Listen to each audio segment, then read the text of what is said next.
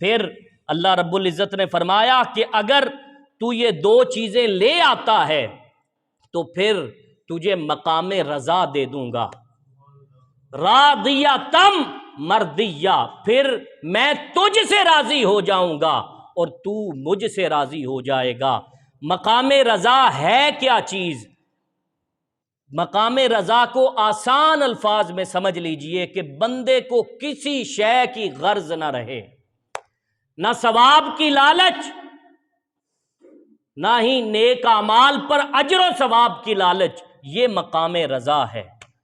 جیسے علامہ اقبال نے کہا، خودی کو کر بلند اتنا کہ ہر تقدیر سے پہلے خدا بندے سے خود پوچھے بتا تیری رضا کیا ہے۔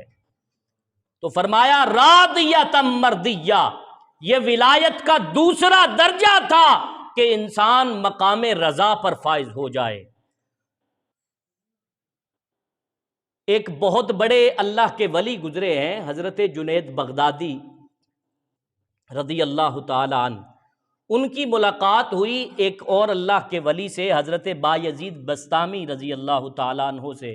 جب ملاقات ہوئی تو دونوں نے آپس میں حال احوال کیے، تو حضرت بایزید بسطامی نے حضرت جنید بغدادی سے پوچھا کہ سناؤ کیسی گزر بسر ہو رہی ہے؟ انہوں نے جواب دیا، انہوں نے کہا کہ مل جائے تو شکر کرتے ہیں، نہ ملے تو صبر کرتے ہیں۔ یہ بھی بڑا زبردست درجہ ہے کہ مل جائے تو کھا لیتے ہیں، نہ ملے تو صبر کرتے ہیں۔ حضرت بایزید بسطامی نے کہا کہ اس میں کون سا کمال ہے، یہ کام تو بغداد کی گلی میں پھرنے والے کتے بھی کر لیتے ہیں کہ اگر مل جائے تو کھا لیتے ہیں اور اگر نہ ملے تو صبر کرتے ہیں۔ حضرت جنید بغدادی نے کہا کہ آپ سنائیے آپ کا گزر بسر کیسے ہوتا ہے؟ آپ نے فرمایا مل جائے تو بانٹ دیتے ہیں، نہ ملے تو صبر کرتے ہیں۔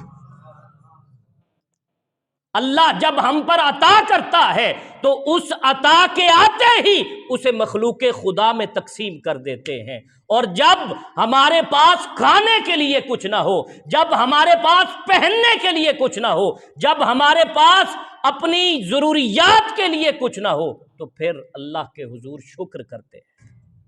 یہ مقام رضا ہے۔